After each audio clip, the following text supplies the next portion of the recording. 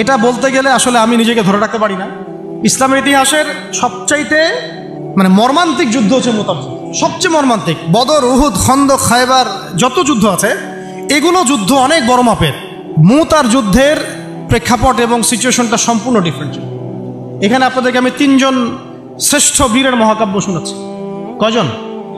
3 জন শ্রেষ্ঠ বীর পুরুষের মহাকাব্য। নবী সাল্লাল্লাহু আলাইহি ওয়াসাল্লাম একজন সাহাবীকে পাঠালেন, তার নাম হচ্ছে হারিস বিন উবাইদা। কি নাম বলেন? হারিস বিন উবাইদা, তুমি এই চিঠিটা নিয়ে যাও। এটা তো মদিনা রাষ্ট্র কায়েম হওয়ার পরের কথা, একদম নবম হিজরতের 8ম বছরের দিকের কথা আর কি। তখন ততদিন হুদাইবিয়ার সন্ধিও হয়ে গেছে এবং কাজা উমরা আদায় হয়ে গেছে এবং খায়বার যুদ্ধ জয় হয়ে গেছে। খায়বারের পরের কথা এটা আর কি, যে হারিস বিন উবাইদা তুমি এই চিঠিটা নিয়ে যাও, ওই রোমকদের কাছে যাবা। তখন তো সুপার পাওয়ার 2টা, রোমানরা এবং পার্সিয়ানরা। তো এখনকার ওই যে এই কন্টিনেন্টের ন্যাটো আর ওই কন্টিনেন্টের চায়না রাশিয়ার মতো যেতে পারতেছে। তো সে গেল ওখানে।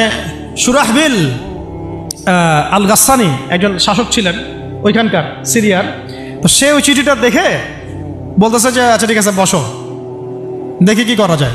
চিঠিতে লিখা আছে ইসলাম কবুল করেন, আল্লাহ পাক শান্তি বর্ষণ করবেন, তাসলিম তাসলিম। ওই যে নবী সাল্লাল্লাহু আলাইহি ওয়াসাল্লাম চিঠি আছে না একটা রাষ্ট্রপ্রধানদের কাছে, তো সে চিঠি পড়ে উদ্ধত আচরণ। আমি এখানকার আমির, আমাকে ওই মক্কার মেষপালকরা চিঠি পাঠায়, ভাবতে এরকম। তো কে চিঠি নিয়ে আসছে? যে হারিস বিন উবাইদা। আচ্ছা, ওকে বসাও। হারিস বিন উবাইদা রাদিয়াল্লাহু আনহুকে রাষ্ট্রদূত, কিন্তু তিনি রাষ্ট্রদূতকে তারা নির্মমভাবে হত্যা করল। কথা বুঝতে পারছেন? এবার নবী সাল্লাল্লাহু আলাইহি ওয়াসাল্লামের কাছে খবর যখন আসছে রাষ্ট্রদূতকে হত্যা করেছে। আমার সাহাবীকে, কয়জন সাহাবীকে হত্যা করেছে? 10 জন, 20 জন, 100 জন না একজন সাহাবীকে হত্যা করার প্রতিশোধ নেওয়ার জন্য নবী সাল্লাল্লাহু আলাইহি ওয়াসাল্লাম 3000 বাহিনীর একটা জিহাদি কাফেলা তৈরি করলেন।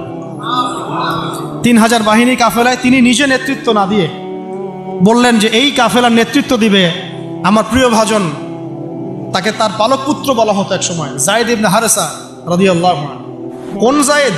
তায়েফের সফরের সঙ্গী, তায়েফের সফরের একজন সাহাবী তার সাথে ছিল, তার নাম যায়েদ ইবনে হারেসা। যখন তায়েফবাসী নবীজিকে মারছিলেন, যায়েদ ইবনে হারেসা রাদিয়াল্লাহু আনহু তার বুক দিয়ে নবীকে জড়ায় ধরেছিলেন যে আমার গায়ে আঘাত লাগুক, তার গায়ে না লাগুক। এই সাহাবী যায়েদ ইবনে হারেসা রাদিয়াল্লাহু আনহু, তাকে পতাকা দিয়ে বললেন এই মোতার যুদ্ধের আমির হচ্ছে যায়েদ ইবনে হারেসা। যদি যায়েদ ইবনে হারেসা শহীদ হয় তাহলে পতাকা বহন করবে জাফর ইবনে আবি তালেব, আমার চাচাতো ভাই। কোন জাফর? যিনি আবিসিনিয়ায় গিয়েছিলেন মুসলিমদেরকে নিয়ে হিজরত করতে, মনে আছে? যিনি বাদশাহ নাজাশির সামনে কুরআন তেলাওয়াত করার, সূরা মারিয়াম তেলাওয়াত করার কারণে বাদশাহ নাজাশির চোখ দিয়ে দরদর করে পানি পড়তে শুরু করেছে। ওই বাদশাহ নাজাশিও পরে ইসলাম কবুল করেছে, আলহামদুলিল্লাহ। জাফর রাদিয়াল্লাহু আনহু পতাকা বহন করবে যদি যায়েদ ইবনে হারেসা শহীদ হয়। এরপরে যদি জাফরও শহীদ হয়, পতাকা বহন করবে আমার আরেক প্রিয় ভাজন সাহাবী আব্দুল্লাহ বিন রাওয়াহা রাদিয়াল্লাহু আনহু। আব্দুল্লাহ বিন রাওয়াহা রাদিয়াল্লাহু, যাকে যে কোনো মুহূর্তে যদি বলতেন ইসলাম নিয়ে একটা শের বলেন, একটা কবিতা বলেন, ইনস্ট্যান্ট তিনি শের বলে ফেলতে পারতেন। এত সুন্দর, এত উন্নত কাব্য প্রতিভা ছিল তার মধ্যে। এই নষ্ট সংস্কৃতি না, তাদের সংস্কৃতি ছিল একেবারে খাঁটি তাওহীদের সংস্কৃতি। এমনকি কাবা তাওয়াফ করছেন তিনি, তখন কাবা তাওয়াফ করছেন বিদায় কাজা উমরা আদায় করার সময় নবীর সামনে সামনে তিনি ঘুরছেন এবং আবৃত্তি করছিলেন একটা কবিতা কাফেরদেরকে আঘাত করার জন্য। এই কাফেররা, দেখো তোমরা যাকে বের করে দিয়েছিলে তিনি আজকে সসম্মানে এখানে ঘুরতেছেন। ওমর রাদিয়াল্লাহু আনহু বলছিলেন যে কাবা তাওয়াফ করার সময় তুমি এগুলো বলছো? নবীজি বলেন ওকে ছেড়ে দাও, সে এমন বাক্য তিলাওয়াত করতেছে, মানে এমন বাক্য সে চয়ন করেছে যেগুলো কাফেরের অন্তরে বর্ষার চাইতেও বেশি বিদ্ধ হচ্ছে, তাকে বলতে দাও। এই হলো আব্দুল্লাহ বিন রাওয়াহা রাদিয়াল্লাহু আনহু, নবীজির অত্যন্ত প্রিয় ভাজন সাহাবী। আব্দুল্লাহ বিন রাওয়াহা যদি শহীদ হয় তাহলে তোমরা তোমাদের মধ্য থেকে একজনকে আমির নিযুক্ত করে নিও। সাহাবীরা বুঝে ফেললেন এই সফরে আমরা 3 জনই শহীদ হতে যাচ্ছি, কারণ একটা সফরে কখনো 3 জন আমিরের প্রয়োজন হয় না, হয় না।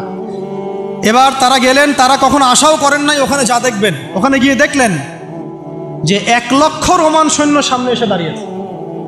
কত লক্ষ? এবং একেবারে ফুল প্রশিক্ষিত, একদম ফুল আর্মড ফোর্সড। আর এর সাথে তাদের সাহায্যকারী দলেও আছে আরো 1 লক্ষ সৈন্য। মোট কয় লক্ষ? এদিকে কতজন? যুদ্ধ হওয়া সম্ভব? আসলে কি সম্ভব? সম্ভব না। এই যুদ্ধ কিন্তু সম্ভব না। আমরা তো আগে সংখ্যাগরিষ্ঠ হওয়ার কথা চিন্তা করি। কোনো যুদ্ধে ইসলাম সংখ্যাগরিষ্ঠতা দিয়ে জিতে নাই। ইসলাম জিতেছে ইমানের বদৌলতে, শুধু ইমানের বদৌলতে। আমরা সংখ্যা দিয়ে কখনো বিজয় লাভ করতে পারি নাই। এখন এবার সাহাবীরা মাশওয়ারা করতেছেন রাত্রেবেলা, আমরা কি করব? কালকে যুদ্ধ করব, নাকি মদিনায় ফিরে যাব, নাকি রাসূলকে খবর পাঠাবো, নাকি কোনো বিকল্প ফোর্স নিয়ে আসার ব্যবস্থা করব, কি করব? তখন সাহাবী ওই যে বললো আব্দুল্লাহ বিন রাওয়াহা রাদিয়াল্লাহু আনহু দাঁড়ালেন। তরুণ সাহাবী, আপনাদেরকে বলতেছে, তরুণ সাহাবী দাঁড়িয়ে বলছেন যে, হে আমার ভাইয়েরা, আমরা এখানে কি জন্য এসেছি? হয় আমরা এই যুদ্ধ করব, শহীদ হব, না হলে আমরা গাজী হব। আর আপনারা যে বিষয়টাকে ভয় করছেন, আসলে কিন্তু আমরা সেটা পাওয়ার জন্যই এসেছি, তার নাম শাহাদাত। আপনারা যেটাকে ভয় করছেন যে আমরা এখানে গেলে মারা যাব, ওটার জন্যই তো আমরা এত দূরে এসেছি। আমরা গাজী হই অথবা শহীদই হই, আমাদের জন্য আজর আল্লাহর কাছে লেখা থাকবে। তো তার এই মানে এমন ইমানদীপ্ত ছিল ভাষণটা, আমি তো ওটা বলতে পারলাম না, আরবিতে তিনি বলেছেন। এতে মানে উৎফুল্ল হয়ে বা ইন্সপায়ার্ড হয়ে সাহাবীরা আর দ্বিতীয়বার ভাবলেন না, ঠিক আছে কালকে যুদ্ধ। এবার পরের দিন যুদ্ধ শুরু হল। এটা কি সম্ভব যুদ্ধ? প্রথমে যায়েদ ইবনে হারেসা রাদিয়াল্লাহু আনহু পতাকা নিয়ে ঘোড়া ছুটায় আগায় যাচ্ছেন, এবং একটা আঘাতও পিছন থেকে করার সাহস হচ্ছে না তাদের, সব আঘাত তারা সামন থেকে করছেন। এক পর্যায়ে যায়েদ রাদিয়াল্লাহু আনহুর এই মানে গায়ের মধ্যে তারা বর্ষা নিক্ষেপ করে। বর্ষা তো আগেকার বড় বড় বল্লম বর্ষা ছিল, এবং একটা বর্ষা তার গায়ে যখন লাগে তিনি পড়ে যান, এবং এই অবস্থায় আস্তে আস্তে তার শাহাদাত হয়। পতাকা পড়তে দেন নাই, পতাকা নিয়ে নিয়েছেন জাফর ইবনে আবি তালিব রাদিয়াল্লাহু আনহু হাতে, এবং জাফর রাদিয়াল্লাহু আনহু যুদ্ধ করতে থাকেন, এত বীর বিক্রমে যুদ্ধ করতে থাকেন যে এক পর্যায়ে তিনি তার নিজের কালো এবং লাল ডোরাকাটা ঘোড়া ছিল, সেই ঘোড়ার পা নিজেই কেটে ফেলেন, যে আমার যেন পালিয়ে যাওয়ার মন না উঠে, তারা যেন আমার ঘোড়া ইউজ করতে না পারে। সাহাবীরা বলছেন তার শাহাদাতের পরে তার বডির মধ্যে আমরা এরকম 50টা থেকে 60টা এরকম আঘাতের দাগ দেখেছি। একটাও দেহের পিছনে ছিল না, সব সামনে ছিল। যুদ্ধ করতে করতে এক পর্যায়ে তার ডান হাতটা কেটে পড়ে যায়। এরপরে তিনি বাম হাতে পতাকা উঠায় নেন, কাফেররা বাম হাতটাও কেটে ফেলে। এরপরে তিনি বুকের সাথে পতাকাটাকে এইভাবে জড়িয়ে রাখেন, বুকের সাথে পতাকাটাকে এইভাবে জড়িয়ে রাখেন, পতাকা পড়তে দেন নাই। একজন রোমান সৈন্য তাকে আঘাত করে এবং তার দেহটা দ্বিখণ্ডিত হয়ে যায়। এই খবর নবী সাল্লাল্লাহু আলাইহি ওয়াসাল্লাম ওই মদিনায় বসে বসেই পাচ্ছিলেন। তিনি বললেন, এই মাত্র যায়েদ শহীদ হলো, এই মাত্র জাফর শহীদ হলো। একটু তিনি কান্নার ভাব চলে আসলো। একটু পরে নবীজি হেসে দিলেন। সাহাবীরা বলছেন, আপনি হাসছেন কেন ইয়া রাসূলুল্লাহ? তিনি বলছেন যে জাফর এর ডান হাত প্রথমে কেটে গেছে, তারপর বাম হাত কেটে গেছে। আল্লাহ রাব্বুল আলামিন তাকে এই দুইটা কাটা হাতের বিনিময়ে জান্নাতে দুইটা বড় বড় পাখা দিয়েছে। এইটা দিয়ে তিনি জান্নাতে ঘুরে বেড়াচ্ছেন আর ফল খাচ্ছেন। তার নাম হয়ে গেল জাফর আত-তাইয়ার, জাফর আত-তাইয়ার, পাখাওয়ালা। এরপরে পতাকা হাতে নিলেন সেই আব্দুল্লাহ বিন রাওয়াহা রাদিয়াল্লাহু আনহু। তিনিও তো বীর বিক্রমে যুদ্ধ করতে লাগলেন। এক পর্যায়ে তিনি একটু কান্না করেছিলেন। সাহাবীরা বলছেন, আপনি কি ভয় কান্না করতেছেন? জি না, আমি ভয় কান্না করছি না, বরং কোরআনের একটা আয়াত আমার মাথায় আসছে বলে আমি কান্না করছি। সে আয়াতটা ছিল সূরা মারিয়ামের মধ্যে, ওয়াইম মিনকুম ইল্লা ওয়ারিদুহা কানা আলা রাব্বিকা হাতমান মাকদিয়া, একটা আয়াত আছে কোরআনে সূরা মারিয়াম। এটা হচ্ছে আপনার রবের একেবারে একটা চিরনির্ধারিত একটা বিষয়, যে তোমাদের সবাইকে, আবার বলছি, ওয়াইম মিনকুম ইল্লা ওয়ারিদুহা কানা আলা রাব্বিকা হাতমান মাকদিয়া, মানে তোমাদের সবাইকেই আবশ্যিকভাবে, ম্যান্ডেটরিভাবে এই জান্নাত জাহান্নামের উপর অবস্থিত এই পুলসিরাত পার হতেই হবে। এটা তোমার রবের একটা প্রাচীন একটা মানে স্টেটমেন্ট, এটা তোমাকে করতেই হবে, সবাইকে করতে হবে। এই আয়াতটা মনে হয় আমার কান্না আসতেছে। একজন তাকে একটা হাড্ডিওয়ালা গোশত এনে দিয়েছিল, তিনি সেই গোশতটা খাওয়ার জন্যে চেষ্টা করছিলেন, পরে একটা কামড় দিয়ে ফেলে দিয়েছেন। তারপরে তিনি ছুটলেন যুদ্ধ করার জন্যে, এবং ওই সময় একটা কবিতা আবৃত্তি করেছেন, হে আমার মন, তোমার নফস হয়তো চাচ্ছে, তুমি হয়তো চাচ্ছ এখান থেকে পালিয়ে যাওয়ার জন্যে, জেনে রাখো সামনে তুমি যা দেখছো এর পিছনেই আছে জান্নাত। শেষমেশ কি জীবন দেখেন, কি ব্যক্তিত্ব, কি ক্যারেক্টার, কেমন গায়রত, কেমন ইজ্জত, কেমন সম্মান, কি জীবন। এরপরে তিনিও শহীদ হলেন, পতাকা হাতে তুলে নিলেন আল্লাহর বীর খালেদ বিন ওয়ালিদ রাদিয়াল্লাহু আনহু, তাকে পতাকা দেওয়া হল। তিনি কিন্তু নতুন মুসলিম হয়েছেন। উহুদের যুদ্ধের যে ক্রাইসিস, এটা কিন্তু তার হাতে। কাজা উমরা আদায় করতে গিয়ে নবীজি চিঠি লিখে দিয়েছেন, ছোট্ট করে একজনের দ্বারা লিখিয়েছেন যে খালিদকে চিঠিটা পৌঁছে দিও। ওখানে লেখা আছে, খালিদ তুমি যদি কাফেরদের পক্ষ অবলম্বন না করে মুসলিমদের পক্ষ নিতা কতই না ভালো। ঠিক আছে, এই একটা লেখা, একটা চিঠি খালিদ রাদিয়াল্লাহু আনহু একবারে কলিজাটা কাঁপায় ফেলছে। তিনি মক্কা থেকে মদিনায় গিয়ে নিজে ইসলাম কবুল করে আসছেন, এবং নবী সাল্লাল্লাহু আলাইহি ওয়াসাল্লাম তাকে কিন্তু আন্ডারস্টিমেট করেন নাই। তার হাতে উল্টা তরোয়াল উঠাই দিয়ে বলছেন যে আজকে থেকে এই তরোয়াল তোমার, এবং তোমার নাম হচ্ছে সাইফুল্লাহ, তুমি আল্লাহর তরবারি। এরপর থেকে তিনি প্রায় 80-90টা যুদ্ধ করেছেন, সবগুলোতে জয়লাভ করেছেন। ওই খালিদ রাদিয়াল্লাহু আনহু পতাকা তুলে নেন মোতার যুদ্ধে। তারপরে সিরাতের মধ্যে আসছে, তিনি বলছেন নিজের ভাষায় যে ওই দিন আমার হাতে 9টা তরোয়াল ভেঙে গেছে। যুদ্ধ করতে করতে করতে করতে ওই দিন আমার হাতে 9টা তরোয়াল ভেঙে গেছে। তিনি ছিলেন যুদ্ধ কৌশলে অত্যন্ত পারদর্শী, হুটে হাটে কোনো কাজ করতেন, অনেক পারদর্শী। তিনি ডানের সৈন্যকে বামে নিয়ে আসছেন, বামেরটাকে ডানে নিয়ে গেছেন, সামনেটাকে পিছনে নিয়ে আসছেন, পিছনেটাকে সামনে নিয়েছেন। বর্ষা যারা ছিল তাদেরকে পিছনে নিয়ে আসছেন, তীরন্দাজদেরকে সামনে দিয়েছেন, মানে ওদেরকে ভেবাচাকা খাওয়াই দিয়েছেন যে ওরা মনে করতেছে এরা মনে হয় অনেক, হ্যাঁ এরা মনে হয় আরো বিকল্প ফোর্স নিয়ে আসছে মনে হয়। তো ওরা আস্তে আস্তে পিছনের দিকে যাওয়া শুরু করতেছে, আর এদিকে মুসলিমরা একটু একটু করে সেফ জোনে আসার চেষ্টা করতেছে পিছনের দিকে। ওরা ভাবতেছে পিছনের সামনে যদি আগাই হয়তো পিছন থেকে ওরা আরো সৈন্য নিয়ে আসছে, আমাদেরকে আক্রমণ করবে। এই আল্লাহ পাক ভয় চাপাই দিলেন, এরা পালায় চলে গেল। 3000 সৈন্য নিয়ে 2 লক্ষ সৈন্যকে পরাজিত করা হয়েছে। খালিদ রাদিয়াল্লাহু আনহু বললেন আমার হাতে সেই দিন 9টা তরোয়াল ভেঙেছে, আর শেষমেশ ছোট্ট একটা ইয়েমেনি চাকু দিয়ে আমি যুদ্ধ করেছি। তাহলে চিন্তা করেন কত কাফের মারা গেছে। আর মুসলিমদের মধ্যে মাত্র 12 জন সাহাবী শহীদ হয়েছে। মাত্র 12 জনকে তারা মারতে পারছে, বাকিদেরকে মারতে পারেনি। এইগুলো হচ্ছে মহাকাব্য, জাজল্যমান মহাকাব্য, যেগুলো আমাদের এই প্রজন্মকে জানানো উচিত এবং আপনাদের মাথায় থাকা উচিত। প্রত্যেকটা সংগ্রাম, প্রত্যেকটা বিপ্লব, প্রত্যেকটা অভ্যুত্থানের পিছনে যেন থাকে আল্লাহর সন্তুষ্টি, আল্লাহর দিন কায়েমের চেষ্টা, আল্লাহর দিনের খেদমতের চেষ্টা এবং ইনসাফ প্রতিষ্ঠার চেষ্টা, এবং জালেমের বিরুদ্ধে আমাদের অবস্থান সবসময় শক্ত থাকবে ইনশাআল্লাহ। এরকম অনেক ঘটনা আছে, আমি আজকে আর বলার সুযোগ পেলাম না। ইনশাআল্লাহ আরও একদিন আল্লাহ যদি তৌফিক দেন ইনশাআল্লাহ তাআলা আমি আপনাদের সাথে আবার এগুলো ডিসকাশন করবো ইনশাআল্লাহ। তো শেষ করার আগে আমি জাস্ট 2-1টা নাম উচ্চারণ করতেছি। সেটা হচ্ছে আমার খুব পছন্দের একজন ব্যক্তিত্ব, ইমাম হুসাইন রাদিয়াল্লাহু আনহু। নাম মনে আছে না? তার কারবালার মাঠের ঘটনা আপনারা জানেন। এইগুলো মহাকাব্য। তিনি সপরিবারে নিহত হলেন, শেষ পর্যন্ত কিন্তু আত্মসমর্পণ করেন না, করেছেন। তিনি প্রস্তাব দিলেন আমাকে ছেড়ে দাও, আমি মদিনায় চলে যাই, আমাকে ছেড়ে দাও, আমি মক্কায় চলে যাই, ছেড়ে দাও আমাকে, আমি কোনো সীমান্তে চলে যাই, সেখানে জিহাদ করে শহীদ হই। তারা কিন্তু সুযোগ দেয় নাই। আমাকে বলেন যারা তাকে আক্রমণ করেছিল তারা কি কালিমা পড়া মুসলমান ছিল না? বলেন তারা কি কাফের ছিল? তাহলে এখন কি ইমাম হোসেন যে এখানে প্রতিবাদ করলেন, হাতে অস্ত্র উঠিয়ে নিয়ে যুদ্ধ করে শেষ পর্যন্ত শহীদ হলেন, তার যুদ্ধটা কি সন্ত্রাসী কর্মকাণ্ড ছিল? ঠিক অনেকে আছে আমাদের সমাজে, তারা মনে করে যে মুসলিমরা যতই পাপ করুক না কেন ওদেরকে কিছুই বলা যাবে না। তাই এমন একটা কনসেপ্ট আমাদের সমাজে আছে। মুসলিম তো, আরে ভাই কালিমা পড়ছে, লা ইলাহা ইল্লাল্লাহ বলছে, তাকে আপনি কেন এইভাবে চার্জ করেন? আরে কালিমা তো আব্দুল্লাহ বিন উবাইও পড়েছিল। আব্দুল্লাহ বিন উবাই কি কালিমা পড়ে নাই? তাহলে কি আপনি তাকে মুমিন বলে গণ্য করবেন? মনে রাখবেন একটা কথা, যাকে তাকে কোনো ক্ষুদ্র বিষয়ে কাফেরও যেমন বলা যাবে না, আবার যাকে তাকে মুসলমানও বলা যাবে না।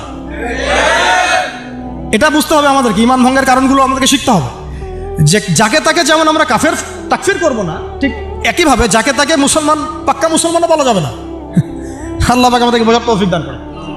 ঠিক এইভাবেই উমর রাদিয়াল্লাহু আনহু একদিন ফজরের নামাজে দাঁড়িয়ে কিরাত করছেন, পিছনে এক দাস, এই ফাইরুজ আবু লুলু, একেবারে ধারাল ছুরি দিয়ে উমর রাদিয়াল্লাহু আনহুকে 2-3টা আঘাত করলো। উমর রাদিয়াল্লাহু আনহু শহীদ হলেন।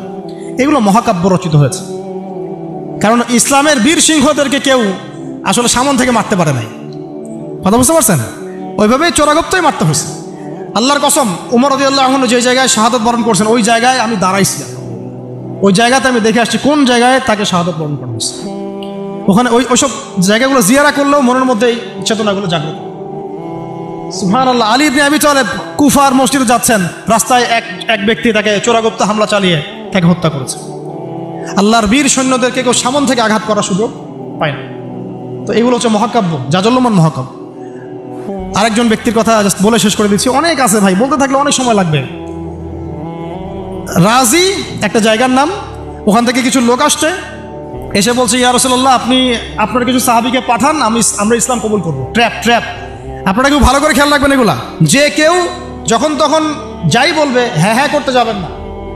মানুষের কথার পিছনে, ওদের কাজের পিছনে উদ্দেশ্য বোঝার চেষ্টা করবেন, ঠিক আছে? সবসময় কিন্তু আবেগে ভাসতে হবে না। আমরা কিন্তু এই জায়গায় ভুল করতেছি, অনেক ভুল হচ্ছে মাঝখানে। আমরা বিনয়ের সাথেই তাদেরকে বলবো যে ওলামায়ে কেরামদের সাথে মাশওয়ারা করে সিদ্ধান্ত নিতে, তাহলে ইনশাল্লাহ ভুলটা কম হবে ইনশাল্লাহ, ঠিক আছে? তো নবীজি 10 জনকে পাঠালেন, তারা দাওয়াত তো কবুল করেই নাই, হঠাৎ রাজি নামক জায়গায় তাদেরকে ঘিরে ফেললো। ঘিরে ফেলে 3 নিক্ষেপ করে 10 জন সাহাবী 7 জনকে শহীদ করে ফেলল। ট্র্যাপে। মানে এমনও আছে যে ওয়াজ মাহফিলে ডেকে মানুষ অনেক আলেমদেরকে মানে খারাপ কিছু করে ফেলেছে, হ্যাঁ, এরকম হিস্ট্রি আছে। তো সতর্ক থাকতে হবে, সতর্ক থাকার চেষ্টা করে। এখন 3 জন সাহাবী যুদ্ধ চালিয়ে যাচ্ছেন, তারপরেও তার মধ্যে একজন হচ্ছেন খুবাইব রাদিয়াল্লাহু আনহু। কি নাম বলেন? খুবাইব রাদিয়াল্লাহু আনহু। খুবাইব রাদিয়াল্লাহু আনহুকে এক পর্যায়ে মানে আর কতক্ষণ পারা যায়, 100 জন ঘিরে ফেলছে, আমরা 10 জন, 7 জন শহীদ হয়ে গেছে, 3 জন বাকি আছে, কতক্ষণ পারা যায়? তো তারা বললো যে তোমরা পাহাড় থেকে নেমে আসো, তোমাদেরকে ছেড়ে দিব। 3 জন মাশওয়ারা করছেন, না নামা যাবেন, নামলে কিন্তু ওরা আমাকে ধরে ফেলবে। তারপরে বাধ্য হয়ে এক পর্যায়ে নামতে হয়েছে। নামার সাথে সাথেই একজনকে তারা মেরে ফেলছে, বাকি 2 জনকে তারা মক্কায় বিক্রি করে দিয়েছেন। ওই মক্কার 2 জনের মধ্যে একজন হচ্ছেন খুবাইব রাদিয়াল্লাহু আনহু। কি নাম? খুবাইব রাদিয়াল্লাহু আনহু। আরেকজনের নাম আসিম রাদিয়াল্লাহু আনহু। আসিম রাদিয়াল্লাহু আনহুকেও তারা হত্যা করেছে এবং তার লাশটাকে বিকৃত করার চেষ্টা করেছিল। কিন্তু আসিম রাদিয়াল্লাহু আনহু ওই সময় দোয়া করেছিলেন, আল্লাহ আমার লাশকে কোনো কাফেরের হাতে বিকৃত হতে তুমি দিও না। যুদ্ধ করতে করতে কথাটা বলেছেন, কারণ তিনি বুঝতে পারছেন যে 100 জন ঘিরে ফেলছে। ওদের একটা ট্রেডিশন ছিল লাশ বিকৃত করা, যে আল্লাহ আমার লাশটাকে তুমি কোনো কাফেরের হাতে বিকৃত করতে দিও না। তখন আল্লাহ রাব্বুল আলামিন তার শাহাদাতে পড়ে এক ঝাঁক ভেমরুল পাঠায় দেন, তারা তার গায়ের উপর বসে পড়ে, কোনো কাফের তাকে হাত দিতে পারে না। আল্লাহ পাক এভাবে সাহায্য করে। আর এদিকে খুবাইব রাদিয়াল্লাহু আনহুকে বিক্রি করে দেওয়া হলো মক্কায়, তাকে জেলখানায় রাখা হচ্ছে। তো খুবাইব রাদিয়াল্লাহু আনহু জেলখানায় বসে আছেন, এটা একটু শুনেন আপনারা। জেলখানায় বসে আছেন, তার খুরের কাজের প্রয়োজন হয়েছে। ছেলেদের প্রয়োজন হয় না? খুরের কাজ তো বুঝতে পারছেন, অ্যাডাল্ট আপনারা। তো খুর চেয়েছেন, একটা খুর, আমাকে একটা খুর দাও। এখন কথা হচ্ছে খুবাইব রাদিয়াল্লাহু আনহু খুর চাইছেন, খুর দেয়া হয়েছে, তারা খুর দিচ্ছেন। তো খুর কাজ শেষ করার পরে ওই কাফেরদের একটা বাচ্চা, ছোট বাচ্চাটা দৌড়াদৌড়ি করতে গিয়ে ওই জেলখানার ভিতর ঢুকে গেছে, খুবাইব রাদিয়াল্লাহু আনহুর কাছে চলে আসছে। তো খুবাইব রাদিয়াল্লাহু আনহু কিন্তু পারতেন তাকে জিম্মি করে ওখান থেকে বের হইতে, পারতেন না? তিনি কোলে বসে আদর করতেছেন বাচ্চাটাকে, যার বাচ্চা সে তো আতঙ্কে, এইবার তো অবস্থা খারাপ, আমার বাচ্চাকে মেরে ফেলে তো সমস্যা আছে। তো খুবাইব রাদিয়াল্লাহু আনহু তাকে ছেড়ে দিলেন এবং আল্লাহ পাক ওই জেলখানার মধ্যে আল্লাহর পক্ষ থেকে তাকে আঙ্গুর খাওয়ালেন। ওই সময় ওই আঙ্গুর কথা পাওয়া যাচ্ছে না, কিন্তু জেলখানায় তিনি বসে আঙ্গুর খাচ্ছেন। তো কাফেররা বলেছে নিজেরাই যে খুবাইবের চেয়ে শ্রেষ্ঠ কোনো বন্দী আমরা কখনো দেখি না, খুবাইবের চেয়ে শ্রেষ্ঠ কোনো বন্দী আমরা কখনো দেখি না। খুবাইব রাদিয়াল্লাহু আনহুকে এরপরে মক্কার বাজারে নিয়ে যাওয়া হয়, একটা গাছের কাছে নিয়ে গিয়ে, শেষ করে দিচ্ছি লাস্ট পয়েন্ট, তাকে শুলদণ্ড দেওয়া হয়। কি দণ্ড? শুলদণ্ড। এটা আপনারা বুঝবেন না, এটা এমন না যে গলায় ফাঁসি দেওয়া। শুলদণ্ড কি একটু সার্চ করে দেখেন। লোহা পিছন দিয়ে মানে শরীরে একটা পাশ দিয়ে ঢুকিয়ে আর একটা পাশ দিয়ে বের করে দেওয়ার নাম শুলদণ্ড। নাউযু বিল্লাহি মিন যালিক, সুবহানাল্লাহ, লা হাওলা ওয়ালা কুওয়াতা ইল্লা বিল্লাহ। কি মানুষ! তখন তাকে বলা হচ্ছে, তোমাকে যদি শুলদণ্ড না দিয়ে মুহাম্মাদকে তোমার জায়গায় নিয়ে আসি, তুমি কি খুশি হবা? তিনি বলছেন, আমার জায়গায় মুহাম্মাদের একটা চুলও যদি বাঁকা হয় আমি সেটাও সহ্য করব। তুমি কি চাও বলো, শেষ খয়েশ কি? তখন খুবাইব রাদিয়াল্লাহু আনহু বলছেন, আমার শেষ ইচ্ছা হচ্ছে 2 রাকাত নামাজ পড়া। 2 রাকাত নামাজ পড়ার সুযোগ দেওয়া হলো। তিনি একটু শর্টকাটে নামাজ পড়লেন, বললেন যে আমি যদি নামাজ লম্বা করতাম তোমরা হয়তো বলাবলি করতে যে আমি ভয় পাচ্ছি। এরপরে তিনি 2টা কথা বলেছেন। এটা শেষ পয়েন্ট। 2টা কথা বলেছেন। একটা হচ্ছে সমস্ত মানুষদেরকে লক্ষ্য করে তিনি বলেছেন দোয়া, আল্লাহর কাছে হাত তুলে দোয়া করেছেন, আল্লাহুম্মা আহসিহিম আদাদা, আল্লাহ তুমি একটা একটা করে এদেরকে গুনে রাখো। ওয়াকতুলহুম বাদাদা, এবং তাদের একটা একটা করে তুমি হত্যা করবা। কে বদদোয়া করতেছেন? এবং কি শেষে একটা লাইন আছে, ওয়ালা তাতরুক মিনহুম আহাদা, আল্লাহ তুমি তাদের একজনকেও বাকি রেখো না, তুমি সবগুলোকে আল্লাহ তুমি একটা একটা করে হত্যা করো। পরবর্তীতে আসলে কিন্তু হয়েছেও তাই, বিভিন্ন সময় এরকম কনফ্লিক্ট হয়েছে আর কি। তো তবে কিছু মানুষকে আল্লাহ ইসলাম কবুলের সুযোগ দিয়েছেন শেষ পর্যন্ত হয়তো। এরপরে তিনি দোয়া করছে, এরপরে তিনি একটা কবিতা আবৃত্তি করেছিলেন, এটা আমাদের আজকের আলোচনার শেষ অংশ। ওই অবস্থায় তিনি কবিতা আবৃত্তি করছিলেন। এই কবিতাটা আমরা সবাই যেন মুখস্থ করার চেষ্টা করি। অনেক সিরাতে অনেকভাবে আসছে, আমি আমার মতো করে বলার চেষ্টা করছি। তিনি অনেক 12-14 লাইনের একটা কবিতা আবৃত্তি করেছিলেন। তার শেষের 4টা লাইনে তিনি বলেছিলেন যে ওয়ালাস্তু উবালি হিনা উকতালু মুসলিমান, আমি কোনো পরোয়াই করি না যখন আমাকে মুসলিম হিসেবে শহীদ করা হচ্ছে। ওয়ালাস্তু উবালি হিনা উকতালু মুসলিমান আলা আই জামবিন কানা লিল্লাহি মাসরাই, আমাকে যেদিকেই পাশ ফিরিয়ে হত্যা করা হোক না কেন সেই পাশটা আল্লাহর জন্যই। ওয়াযালিকাল ইলাহ ওয়া ইয়াশা, তিনি এমন একজন ইলাহ যিনি চাইলে ইউবারিক আলা ফি কুল্লি শিলউইন মুমাজ্জা, তিনি আমার প্রত্যেকটা হাড়ে রক্তে মাংসে বরকত দিতে পারেন।